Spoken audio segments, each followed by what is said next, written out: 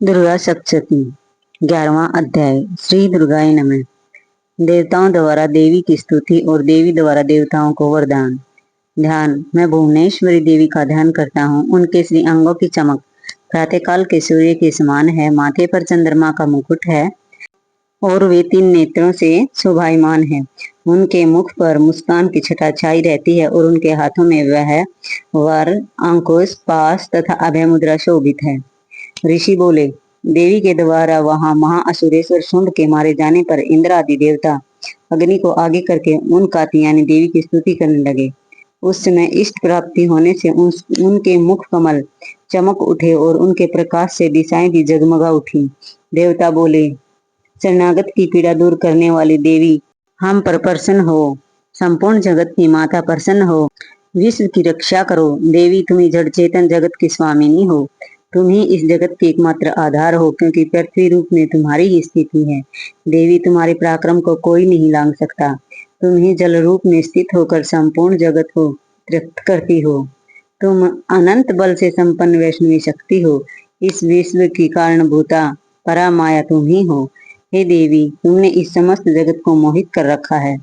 तुम ही प्रसन्न होने पर इस पृथ्वी पर मोक्ष पद की प्राप्ति कराती हो। संपूर्ण विद्याएं तुम्हारे ही भिन्न भिन्न रूप हैं। जगत में जितने भी स्त्रियां हैं वे सब तुम्हारी ही मूर्तियां हैं। हे जगदम्बे, एकमात्र तुमने ही इस विश्व को व्याप्त कर रखा है। तुम्हारी स्तुति क्या हो सकती है। तुम तो स्तुति करने योग्य पदार्थों से परे एवं परावाणी हो। हे देवी, जब तुम सर्व स्वरूप एवं स्वर्ग तथा मोक्ष प्रदान करने वाली हो, तब इसी रूप में तुम्हारी स्तुति हो गई। तुम्हारी स्तुति के लिए इससे अच्छी उक्तियां और क्या हो सकती हैं। बुद्धि रूप से सब लोगों के हृदय में विराजमान रहने वाली तथा स्वर्ग एवं मोक्ष प्रदान करने वाले नारायणी देवी, तुम्हें नमस्कार है। कला काष्ठा आदि के रूप में क्रमशः अवस्था परिवर्तन की ओर ले जाने वाली तथा विश्व का उपसंहार करने में समर्थ नारायणी, तुम्हें नमस्कार है। हे नारायणी, तुम सब प्रकार का मंगल करने वाली कल्याणमयी हो। मंगलदायिनी शिवा हो। सब पुरुषार्थों को सिद्ध करने वाली शरणागत वत्सल 3 नेत्रों वाली एवं गौरी हो। तुम्हें नमस्कार है। तुम सृष्टि के पालन और संहार की शक्ति भूता पुरातन देवी, गुणों का आधार सर्व गुण संपन्न हो। हे नारायणी, तुम्हें नमस्कार है। शरण में आए हुए दीन पीड़ितों की रक्षा में सदा संलग्न रहने वाले तथा सबकी पीड़ा का निवारण करने वाली नारायणी देवी, तुम्हें नमस्कार है। हे नारायणी, तुम ब्राह्मणी का रूप धारण करके हंसों से जुटे हुए विमान पर बैठती तथा कुश मिश्रित जल छिड़कती रहती हो। तुम्हें नमस्कार है। माहेश्वरी रूप से त्रिशूल, चंद्रमा एवं सर्प को धारण करने वाली तथा महान वृषभ की पीठ पर बैठने वाली नारायणी देवी, तुम्हें नमस्कार है। मोरों और मृगों से घिरी रहने वाली तथा महाशक्ति को धारण करने वाली कौमारी रूप धारणी निष्पापी नारायणी, तुम्हें नमस्कार है। शंख, चक्र, गदा और सारंग धनुष रूप उत्तम अस्त्र युद्धों को धारण करने वाली वैष्णवी शक्ति रूपा नारायणी, तुम प्रसन्न हो। तुम्हें नमस्कार है। हाथ में भयानक महाचक्र लिए और दाढ़ों पर धरती को उठाए वाराही रूपा धारिणी कल्याणमयी नारायणी, तुम्हें नमस्कार है। भयंकर नरसिंह रूप से दैत्यों के वध के लिए उद्योग करने वाली तथा त्रिभुवन की रक्षा में संलग्न रहने वाली नारायणी, तुम्हें नमस्कार है। मस्तक पर किरीट और हाथ में महावज्र धारण करने वाले 76 नेत्रों के कारण उदीप्त दिखाई देने वाली और वृत्रासुर के प्राणों का अपहरण करने वाली इंद्र शक्ति रूपा नारायणी देवी, तुम्हें नमस्कार है। शिवदूती रूप से दैत्यों की महती सेना का संहार करने वाली तथा भयंकर रूप धारण करने वाली नारायणी, तुम्हें नमस्कार है। दाढ़ों के कारण भयंकर मुख वाली मुंडमाला से अलंकृत मुंड मर्दिनी, श्रद्धा, पुष्टि, तुष्टि, सवधा, लक्ष्मी, ध्रुवा, महारात्रि, लज्जा तथा महाअविधा रूपा, तुम्हें नमस्कार है। मेधा, सरस्वती, वरा, तुम भूति, तामसी, नियता तथा ईशा रूपिणी नारायणी, तुम्हें नमस्कार है। सर्व स्वरूपा सर्वेश्वरी तथा सब प्रकार की शक्ति से संपन्न दिव्य रूपा दुर्गे देवी, सब भयों से हमारी रक्षा करो। तुम्हें नमस्कार है। कात्यायनी, यह 3 नेत्रों से शोभित तुम्हारा सौम्य मुख सब प्रकार के भयों से हमारी रक्षा करे। तुम्हें नमस्कार है। भद्रकाली ज्वालाओं के कारण विकराल प्रतीत होने वाला अत्यंत भयंकर और समस्त असुरों का संहार करने वाला तुम्हारा त्रिशूल भय से हमारी रक्षा करे। तुम्हें नमस्कार है। हे देवी, जो अपनी धनुष से संपूर्ण जगत को व्याप्त करके दैत्यों का तेज नष्ट कर देता है, वह तुम्हारा बनता हम लोगों की पापों से उसी प्रकार रक्षा करे जैसे माता अपने पुत्रों को बुरे कर्मों से बचाती है। हे चंडिके, तुम्हारे हाथों में सुशोभित खड्ग जो असुरों के रक्त और चर्बी से चर्चित है, वह हमारे लिए कल्याणकारक है। हम तुम्हें नमस्कार करते हैं। हे देवी, तुम प्रसन्न होने पर मनोवांछित सभी कामनाओं को पूर्ण कर देती हो।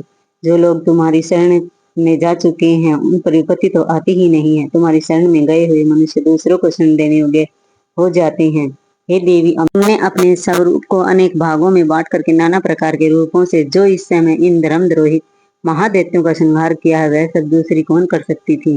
विद्याओं में ज्ञान को प्रकाशित करने वाले, शास्त्रों में तथा आदि वाक्यों में तुम्हारे अतिरिक्त और किसका वर्णन है, तथा तुम्हें छोड़कर दूसरी कौन ऐसी शक्ति है जो विश्व को अज्ञान में घोर अंधकार से परिपूर्ण ममता रूपी गड्ढे में निरंतर भटका रही हो। जहाँ राक्षस हो, भयंकर विषैले सांप हो, जहाँ शत्रु हो और लुटेरों की सेना हो, और जहाँ दानवल हो, वहां तथा समुद्र के बीच भी रहकर तुम विश्व की रक्षा करती हो, इसलिए संपूर्ण विश्व को धारण करती हो। तुम भगवान विश्वनाथ की भी पूजनीय हो। जो लोग भक्ति पूर्वक तुम्हारे सामने मस्तक नवाते हैं, वे संपूर्ण विश्व को आश्रय देने वाले होते हैं। हे देवी, प्रसन्न हो। जैसे इस समय असुरों का वध करके तुमने ही हमारी रक्षा की है, उसी प्रकार सदा हमें शत्रुओं के भय से बचाओ। संपूर्ण जगत का पाप नष्ट कर बड़े बड़े उपद्रवों को शीघ्र दूर करो। विश्व की पीड़ा का दूर करने वाली देवी, हम तुम्हारे चरणों पर पड़े हुए हैं, हम पर प्रसन्न हो। त्रिलोक निवासियों की वंदनीय परमेश्वरी, सब लोगों को वरदान दो। देवी बोली, देवताओं, मैं वरदान देने को तैयार हूँ। तुम्हारे मन में जिस वर की इच्छा हो वह वर मांग लो। संसार के लिए उस उपकारक वर को मैं अवश्य दूंगी। देवता बोले, सर्वेश्वरी, तुम इसी प्रकार तीनों लोगों की सारी बाधाओं को शांत करो और हमारे शत्रुओं का नाश करती रहो। देवी बोली, देवताओं, जब सत्य मनवंतर के 28 युग में शुंभ और निशुंभ नाम के दो अन्य महादैत्य पैदा होंगे, तब मैं नंद ग्वाल के घर में उनकी पत्नी यशोदा के गर्भ से पैदा होकर विंध्याचल में जाकर रहूंगी। उन उक्त दोनों असुरों का नाश करूंगी। फिर अत्यंत भयंकर रूप से पृथ्वी पर अवतार लेकर मैं वैपरचिति नाम वाले दानवों का वध करूंगी। उन भयंकर महादैत्यों को भक्षण करते समय मेरे दांत अनार के फूल की भांति लाल हो जाएंगे। तब स्वर्ग में देवता और मृत्यु लोक में मनुष्य सदा मेरी स्तुति करते हुए मुझे रक्त दंतिका कहेंगे। फिर जब पृथ्वी पर 100 वर्षों के लिए वर्षा रुक जाएगी और पानी का अभाव हो जाएगा, उस समय मुनियों की स्तुति करने पर मैं पृथ्वी पर अयोनिजा रूप में प्रकट होंगी और सोनों नेत्रों से मुनियों की ओर देखूंगी। अतः मनुष्य शताक्षी इस नाम से मेरा कीर्तन करेंगे। देवताओं, उस समय मैं अपने शरीर से उत्पन्न हुए चाकों द्वारा समस्त संसार का भरण पोषण करूंगी। जब तक वर्षा नहीं होगी तब तक वे शाक ही सबके प्राणों की रक्षा करेंगे। ऐसा करने के कारण पृथ्वी पर शाकंभरी के नाम से मेरी प्रसिद्धि होगी। उसी अवतार में मैं दुर्गम नामक महादैत्य का वध भी करूंगी। इससे मेरा नाम दुर्गा देवी के नाम से प्रसिद्ध होगा। फिर जब मैं भीम रूप धारण करके मुनियों की रक्षा के लिए हिमालय पर्वत पर रहने वाले राक्षसों का भक्षण करूंगी, उस समय सब मुनि भक्ति से नतमस्तक होकर मेरी स्तुति करेंगे। तब मेरा नाम भीमा देवी के रूप से प्रसिद्ध होगा। जब अरुण नामक दैत्य तीनों लोकों में भारी उपद्रव मचाएगा, तब मैं तीनों लोकों का हित करने के लिए 6 पैरों वाले असंख्य बरमरों का रूप धारण करके उस महान असुर का वध करूंगी। उस समय सब लोग ब्राह्मणी के नाम से चारों ओर मेरी स्तुति करेंगे। इस प्रकार जब जब संसार में दानवी बाधा उपस्थित होगी, तब तब अवतार लेकर मैं शत्रुओं का संहार करूंगी। इति देवी स्तुति नामक 11वां अध्याय समाप्त। श्री दुर्गाय नमः। 12वां अध्याय देवी चरित्रों के पाठ का महात्म्य। ध्यान। मैं 3 नेत्रों वाली दुर्गा देवी का ध्यान करता हूँ। उनके श्री अंगों की प्रभा बिजली के समान है। वे सिंह के कंधे पर विराजमान भयंकर प्रतीत होती हैं। हाथों में तलवार और ढाल लिए अनेक कन्याएं उनके सेवा में खड़ी हैं। वे अपने हाथों में चक्र, गदा, तलवार, ढाल, बाण, धनुष, पाश और तर्जनी मुद्रा धारण किए हुए हैं। उनका स्वरूप अग्निमय है और वे माथे पर चंद्रमा का मुकुट धारण करती हैं। देवी बोली, देवताओं, जो एकाग्र मन होकर प्रतिदिन इन स्तुतियों से मेरी वंदना करेगा, उसकी सारी बाधा मैं निश्चय ही दूर कर दूंगी। जो मधुकैटभ का नाश, महिषासुर का वध तथा शुंभ निशुंभ के संहार के प्रसंग का पाठ करेंगे तथा अष्टमी, चतुर्दशी और नवमी को भी जो मेरा एकाग्र मन हो भक्ति भरे हृदय से उत्तम महात्म्य का स्मरण करेंगे, उन्हें कोई पाप नहीं छू सकेगा। उन पापों से आने वाली आपत्तियां भी नहीं आएंगी। उनके घर में कभी निर्धनता नहीं होगी तथा उनको कभी अपने प्रेमी जनों के वियोग में का दुख भी नहीं सहना पड़ेगा। इतना ही नहीं, उन्हें शत्रु से, लुटेरों से, राजा से, शस्त्र से, अग्नि से तथा जल से भी कभी डर नहीं होगा। इसलिए सबको एकाग्रचित होकर भक्ति पूर्वक मेरे इस महात्म्य को सदा पढ़ना और स्मरण करना चाहिए। यह परम कल्याणकारक है। मेरा महात्म्य महामारी से पैदा होने वाले समस्त उपद्रवों तथा आध्यात्मिक, आदि भौतिक और आदि दैविक तीनों उत्तापों को शांत करने वाला है। मेरे जिस मंदिर में प्रतिदिन विधि पूर्वक मेरे इस महात्म्य का पाठ होता, उस स्थान को मैं कभी नहीं छोड़ती। वहाँ सदा ही मेरा वास रहता है। बलि, पूजा, होम तथा महोत्सव के अवसरों पर मेरे चरित्र का पूरा पूरा पाठ और स्मरण करना चाहिए। ऐसा करने पर मनुष्य विधि को जानकर या बिना जाने भी मेरे लिए जो बलि, पूजा या होम आदि करेगा, उसे मैं बड़ी प्रसन्नता के साथ ग्रहण करूंगी। शरत काल में जो वार्षिक महापूजा की जाती है, उस अवसर पर जो मेरे इस महात्म्य को भक्ति पूर्वक सुनेगा, वह मनुष्य मेरे प्रसाद से सब बाधाओं से मुक्त तथा धन धान्य एवं पुत्र से संपन्न होगा। इसमें कुछ भी संदेह नहीं है। मेरे इस महात्म्य को सुनकर तथा मेरी शुभ उत्पत्तियों को सुनकर और युद्ध में किए गए मेरे पराक्रमों को सुनकर निर्भय मनुष्य हो जाता है। उसके शत्रुओं का नाश हो जाता है और उसका सब प्रकार से कल्याण होता है तथा उसका कुल सुखी रहता है। सर्वत्र शांति, कर्म में बुरे सौपन दिखाई देने पर तथा ग्रह जनित भयंकर पीड़ा उपस्थित होने पर मेरा महात्म्य स्मरण करना चाहिए। इसे सब विघ्न, बाधा तथा भयंकर ग्रह बाधाएं शांत हो जाती हैं और मनुष्यों द्वारा देखा गया दुःसौपन शुभ सौपन में बदल जाता है। बाल ग्रहों से पीड़ित हुए बालकों के लिए महात्म्य शांतिकारक है तथा मनुष्यों के संगठन में फूट होने पर यह अच्छी प्रकार मैत्री कराने वाला होता है। यह महात्म्य सारे दुष्ट जनों के बल का नाश करने वाला है। इसके पाठ मात्र से राक्षसों, भूतों और पिशाचों का विनाश हो जाता है। मेरा यह सब महात्म्य मेरे सन्निधान की प्राप्ति कराने वाला है। पत्र, पुष्प, आर्घ्य, धूप, दीप, गंध आदि उत्तम सामग्रियों द्वारा आराधना करने से, प्रतिदिन स्नान करने से, नाना प्रकार के अन्य भोगों का अर्पण करने से तथा दान देने आदि से 1 वर्ष तक जो मेरी पूजा की जाती है, उससे मुझे जितनी प्रसन्नता होती है, उतनी प्रसन्नता मेरे इस उत्तम चरित्र का एक बार स्मरण करने मात्र से हो जाती है। यह महात्म्य स्मरण करने पर पापों को हर लेता है और आरोग्य प्रदान करता है। मेरे प्रादुर्भाव का कीर्तन समस्त भूतों से रक्षा करता है तथा मेरा कितनों का पृथ्वी पर कचूमर निकल गया। वैष्णवी ने भी अपने चक्कर से दानवों के टुकड़े टुकड़े कर डाले। युद्ध विषयक चरित्र दुष्ट असुरों का संहार करने वाला है। इसके स्मरण करने पर मनुष्यों को शत्रु का भय नहीं रहता। देवताओं, तुमने और ब्रह्म ऋषियों ने जो मेरी स्तुतियां की हैं, उन तथा ब्रह्मा जी ने जो मेरी स्तुतियां की हैं, वे सभी कल्याणमयी बुद्धि प्रदान करती हैं।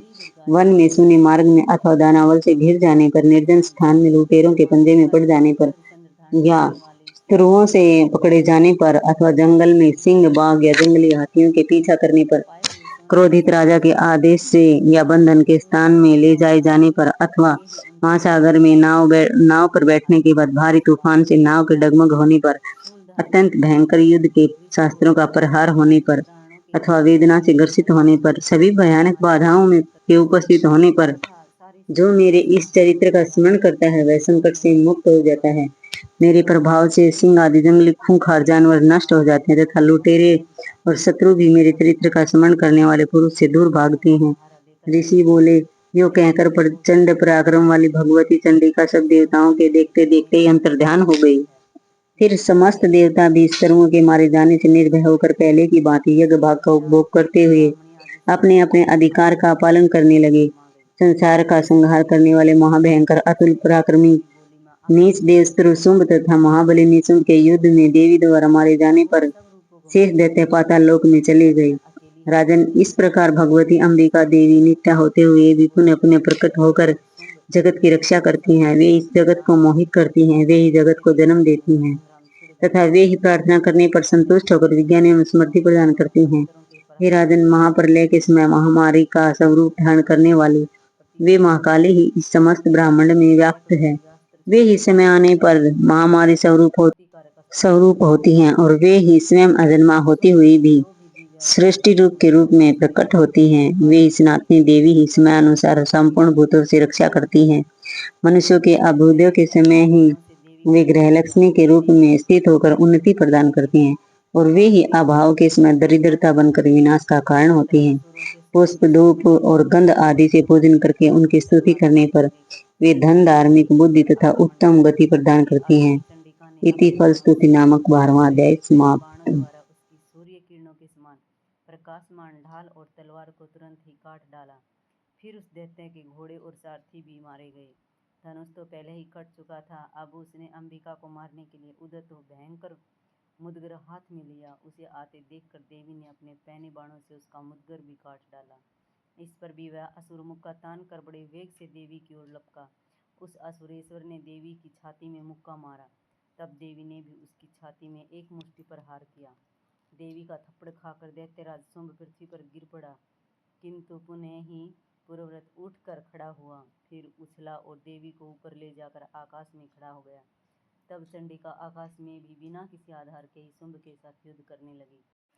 उस समय दैत्य और चंडिका आकाश में एक दूसरे से लड़ने लगे। उनका वह युद्ध सिद्ध और मुनियों को आश्चर्य में डालने वाला हुआ। फिर अंबिका ने शुंभ के साथ बहुत देर तक युद्ध करने के पश्चात उसे उठाया और पृथ्वी पर पटक दिया। पटके जाने पर पृथ्वी पर आने के बाद वह दुरात्मा असुर पुनः चंडिका को मारने के लिए उनकी ओर बड़े वेग से दौड़ा। तब समस्त दैत्यों के राजा शुंभ को अपनी ओर आते देखकर देवी ने शूल से उसकी छाती छेद कर उसे पृथ्वी पर गिरा दिया। देवी के शूल की धार से घायल होने पर उसके प्राण पखेरु उड़ गए। वह समुद्रों, द्वीपों तथा पर्वतों सहित पृथ्वी को कंपाता हुआ भूमि पर गिर पड़ा। उस दुरात्मा के मारे जाने पर सारा जगत प्रसन्न हो गया। आकाश सवस दिखाई देने लगा। पहले जो उत्पात सूचक मेघ और उल्कापात होते थे वे सब शांत हो गए तथा उस दैत्य के मारे जाने पर नदियां भी ठीक मार्ग से बहने लगी। उस समय शुंभ की मृत्यु के बाद देवताओं का हृदय आहृदय से भर गया और गंधर्व गण मीठे मीठे गीत गाने लगे। कुछ गंधर्व बाजे बजाने लगे और अप्सराएं नृत्य करने लगी। पवित्र वायु बहने लगी। सूर्य की कांति उत्तम हो गई। यज्ञशाला की बुझी हुई आग अपने आप प्रज्वलित हो उठी तथा संपूर्ण दिशाओं के भयंकर शब्द शांत हो गए।